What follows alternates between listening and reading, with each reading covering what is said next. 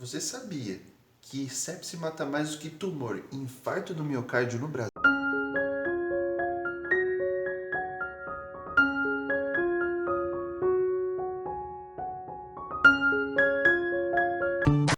Saudações, Vete, tudo bem com vocês? Eu sou o Juan e você está no canal da Esteves.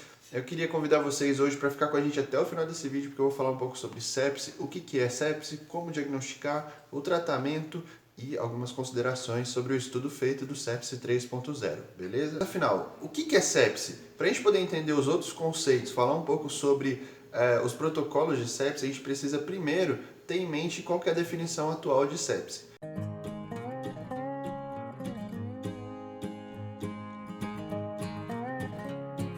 Então, sepse é sempre uma resposta desregulada frente a uma infecção, seja ela presumida ou real, que causa uma disfunção orgânica. Então, isso é a definição de sepse. Então, lembre-se, para ser sepse eu preciso ter um foco infeccioso, seja ele presumido ou real, eu preciso ter uma resposta desregulada do meu organismo e eu preciso ter, então, uma disfunção orgânica. Então, as causas de sepse no Brasil, elas são muito grandes e a gente sabe que a incidência de mortalidade por sepse ela varia de 35% até 70% dos casos. Eu coloquei de 35% a 70% porque eu estou falando simplesmente de sepse. Só a sepse ela mata em torno de 35% dos pacientes que estão internados à beira-leito. Já o choque séptico, que é pré-alta celestial, ele já mata em torno de 65% a 70% dos casos. Então, sabendo da importância sobre sepse, países gigantes como os Estados Unidos criaram algumas campanhas de sobrevivência à sepse. Nessas campanhas eles demonstram inúmeras causas e mostram por que a sepse é tão grave assim. Mais 258 mil americanos morrem por ano. Isso é uma quantidade muito grande, estou falando de um país de primeiro mundo. E eles fazem essas campanhas para que pessoas saibam exatamente o que acontece, por que a sepse ela é tão grave assim. Mas afinal, o que é o Sepse 3.0? Então, senta que lá vem a história.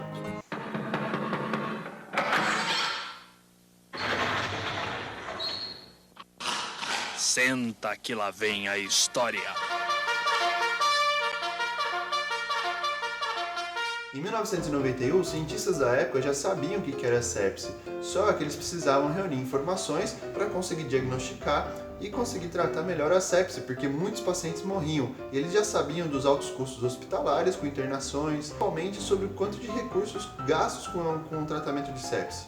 Afinal, quem nunca escutou as terminologias septicemia, infecção generalizada, disfunção múltipla de órgãos? Após então a discussão e as novas terminologias do que era sepse naquela época, 11 anos depois instituíram o Sepse 2.0.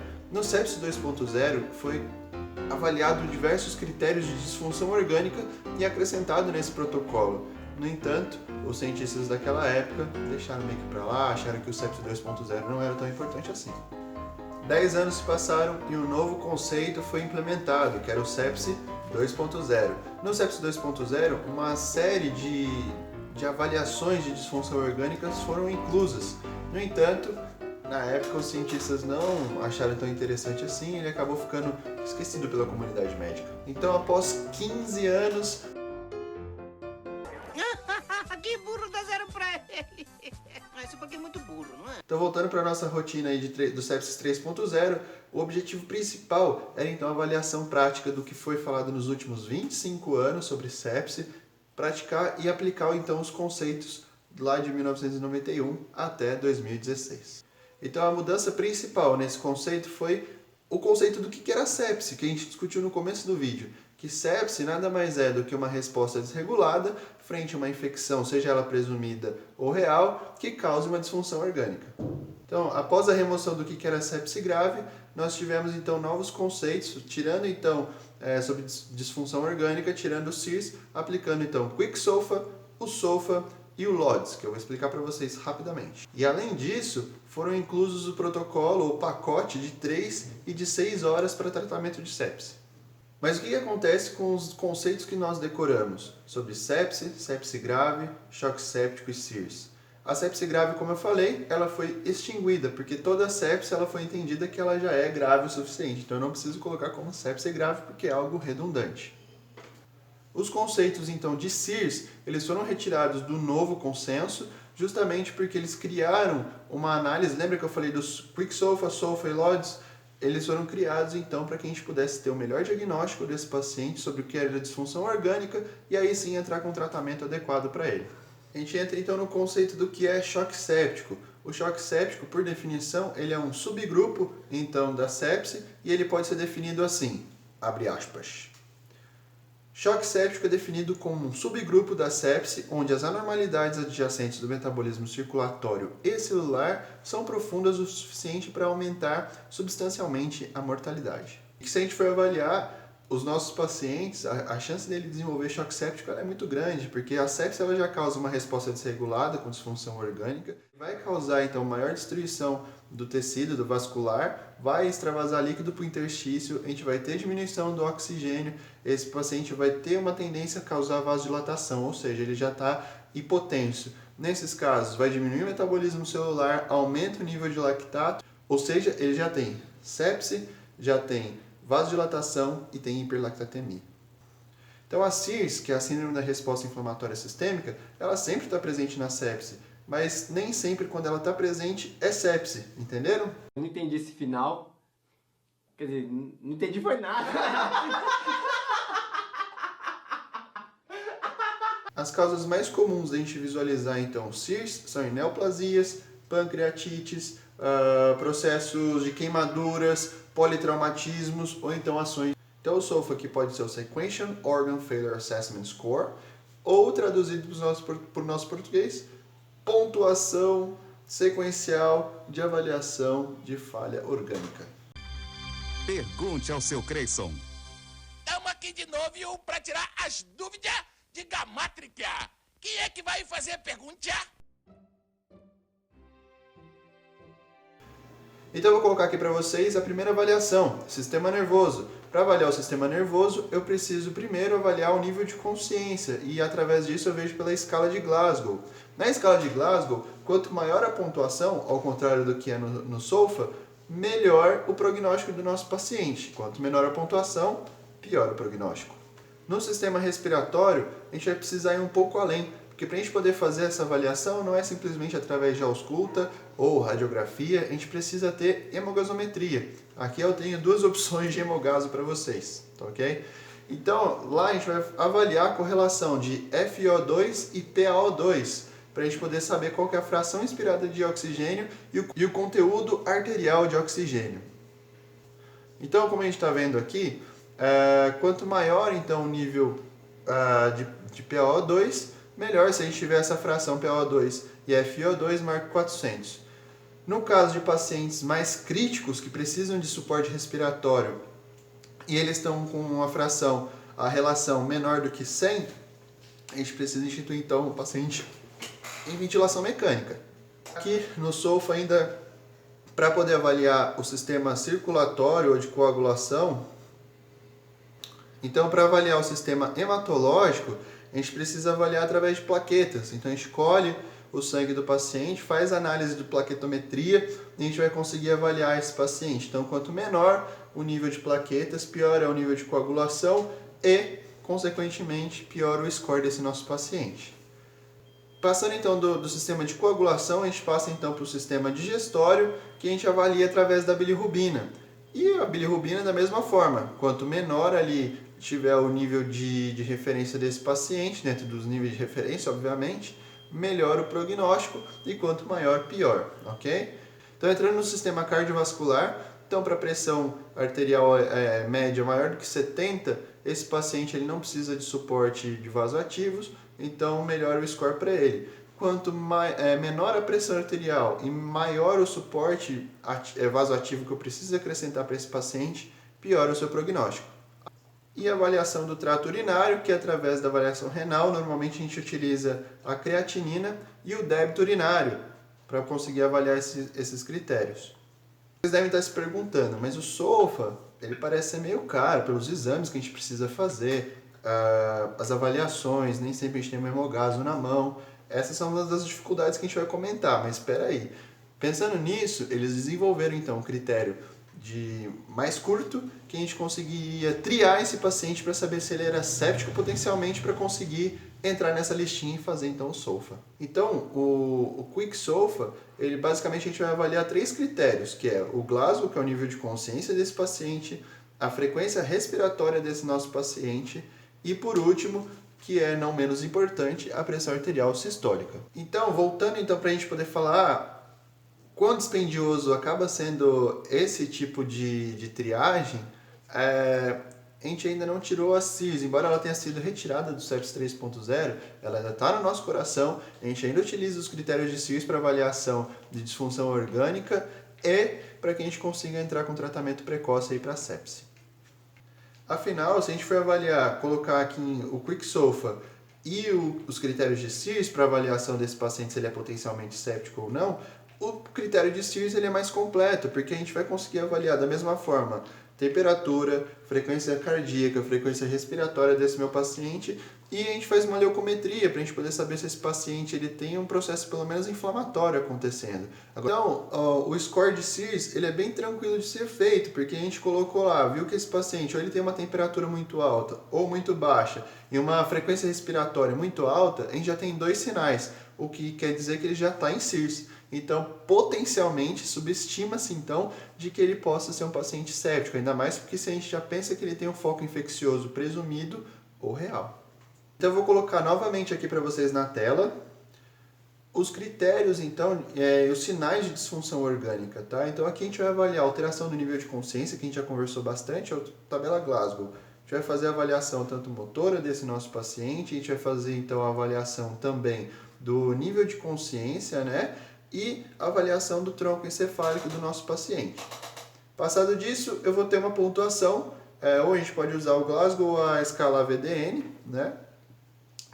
Vou avaliar então a pressão arterial desse nosso paciente, ver se ele tem uma queda abrupta aí da pressão arterial sistólica, ou se a PAN for menor que 65, pressão arterial sistólica menor do que 90, ou menor do que 90 para cães, ou 100 para gatos. Vou fazer o débito urinário desse nosso paciente, ver se ele tem uma taxa menor aí do que 0,5 ml por quilo por hora, ou se a creatinina for maior do que 2,0 aí miligramas por decilitro. Avalio também a bilirrubina desse paciente, sempre que possível, né? Quando a gente faz o pedido de exame, a gente já faz o pedido da bilirrubina. A gente pode fazer, se a gente tiver em mãos, a hemogaso, a coagulação, então a gente avalia as plaquetas desse paciente, então se estiver menor do que 100 ou queda de 50% em até 12 horas, a gente sabe que tem uma alteração importante e já é considerado como mais um critério, ou você pode fazer o TTP, TTPA, para a gente poder avaliar a coagulação desse paciente ou até o fibrinogênio. Então você vai ver o duílio paralítico para ver se esse paciente tem ausência de ruídos ou não na ausculta, e o lactato, que é um exame teoricamente barato, você consegue ter ali fazer um clearance, e para pacientes com lactato maior do que 3,2 em cães, ele já é considerado hiperlactêmico, tá? E para gatos acima de 2,5.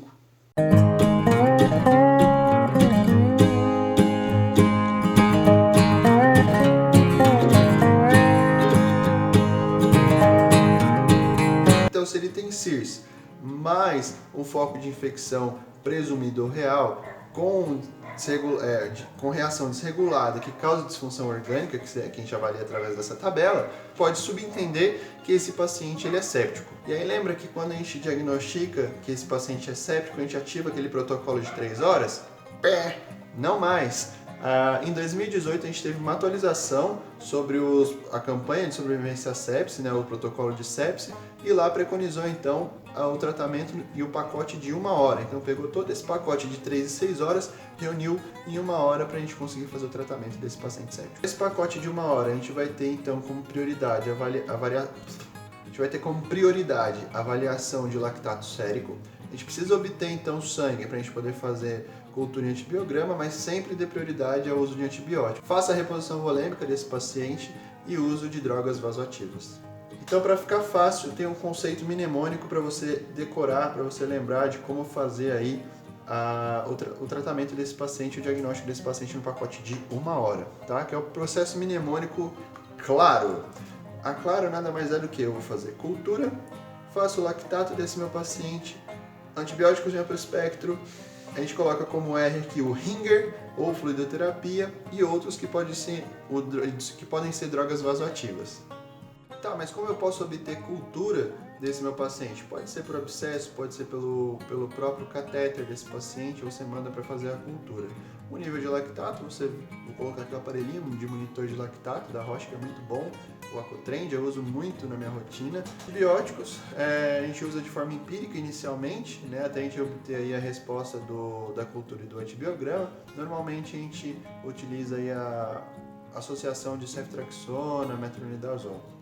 Então a escolha do Ringer, ele é porque ele tem uma menor taxa de cloro e a gente consegue fazer uma administração aí legal também, em torno de 30 ml por quilo-hora, só que tem alguns adendos. A fluidoterapia ela deve ser usada com muita inteligência, eu não posso simplesmente colocar fluido no paciente e tacar soro. Porque se a gente lembrar lá da patogenia, né, da fisiopatogenia ou da fisiopatologia da doença, da sepse, a gente vai lembrar que uma das causas é o quê? Ele causa lesão tecidual. Com a lesão tecidual, ele faz edema, o paciente fica vasodilatado. Qual que é a chance de eu fazer um maior edema? Diminuir, então, a troca gasosa, a troca de oxigênio nesse paciente, ela é muito maior. Então, a gente tem que usar com muita responsabilidade. Por isso, a gente tem utilizado de forma precoce drogas vasoativas nos nossos pacientes. Então, a gente tem que avaliar o seguinte, para diagnosticar sepse, a gente precisa ir ativar o protocolo de 1 hora. A gente precisa saber, esse paciente tem um foco infeccioso? Ah, ele tem. Ele tem 2 critérios, pelo menos, de CIRS? Tem disfunção orgânica? Beleza, então chega lá, ativa o protocolo de 1 hora. Fora isso, eu consegui fazer o lactato, ele é hiperlactêmico, ele tem hipotensão, que está dentro dos critérios de CIRS, a gente vai ativar o protocolo de 1 hora. Que, lembrando, cultura, antibiograma, nível de lactato, antibiótico, drogas vasoativas e fluidoterapia, se necessário. Nem todo paciente ele precisa fazer reposição volêmica. Então, às vezes, se eu fizer uma reposição volêmica, é pior. E hoje a gente tem estudos que comprovam que o uso inadequado da fluidoterapia causa alteração severa de glicocálix e, através disso, os nossos pacientes tendem a morrer mais. Tá? Então, às vezes, a gente quer infundir fluido e a gente não sabe se a gente precisa ou não. Fluido é que nem antibiótico, a gente só vai utilizar no momento adequado. Como diria o nosso professor Rodrigo Rabelo, ele fala que o uso de antibiótico, o uso de fluidoterapia, ele precisa ser tão racional quanto o uso de antibióticos. Beleza, estou com esse paciente, já diagnostiquei que ele é um paciente séptico, ativei protocolo de 1 hora, fiz reposição volêmica que ele precisava, porque ele estava desidratado. Fui lá, entrei com drogas vasoativas, fiz Norep para ele, não funcionou, ele continuou com a pressão baixa. Entrei com com dobutamina, também não funcionou. O que eu faço agora? Então, meus amigos, entramos então na síndrome vasodilatatória ou choque distributivo, que é quando eu começo a ter a liberação de substâncias vasodilatatórias, eu começo a ter uma reação maior, eu aumento a permeabilidade de canais de potássio, hiperpolarizo essas células e com isso eu causo a inativação ou eu tiro a ação da norepinefrina. Nesses casos, a gente opta por fazer a utilização de vasopressina associado, tá? Porque ele vai fazer com que tenha um maior influxo aí de cálcio, então a gente consegue fazer uma certa homeostasia nessa célula e a gente consegue então tratar de forma mais adequada essa hipotensão. No entanto, a vasopressina ela é uma droga que pode causar necrose tecidual, tá? Então normalmente é muito comum pessoas ou animais perderem ponta de dedos, às vezes até membros. Então, queria colocar algumas outras considerações para vocês que a gente precisa fazer para poder monitorar esse paciente de forma mais adequada. Então, a gente faz o clearance de lactato, o ideal que seja de 6 em 6 horas. Vamos avaliar, então, o desequilíbrio ácido básico desse paciente. Então, o ideal é fazer uma hemogasometria. Cuidado com a hemodiluição e lesão de glicocálix através de muita fluido no nosso paciente. Então, lembre-se sempre de uso racional de fluidoterapia também. Bom, pessoal, algumas considerações finais só para a gente poder terminar aqui. Isso era o que eu queria falar para vocês de sepse de forma bem resumida. Então vou deixar aqui o link na descrição desse vídeo para vocês acessarem então os artigos aí relacionados, ver o consenso de sepse 3.0, que vocês consigam também ver aí outros artigos relacionados. Eu vou deixar também o uso de moduladores aí do sistema imune que é o sistema Hat Therapy, para vocês poderem avaliar esse novo estudo que saiu. E bom, é isso, a gente vai ficando por aqui. Por favor, deixa seu like aí, não vai custar nada, é bom pra gente poder distribuir esse vídeo. Se você puder seguir a gente nas nossas redes sociais, então tem o nosso Instagram, nosso Facebook, a gente vai conversando, qualquer dúvida pode falar com a gente. O que eu não souber a gente passa para os nossos professores dos cursos que a gente tem, que nos ajudou muito aí pra gente poder construir a estrutura desse vídeo, então eu quero agradecer demais. Obrigado por ter ficado até aqui, um beijo, valeu, tchau e fui!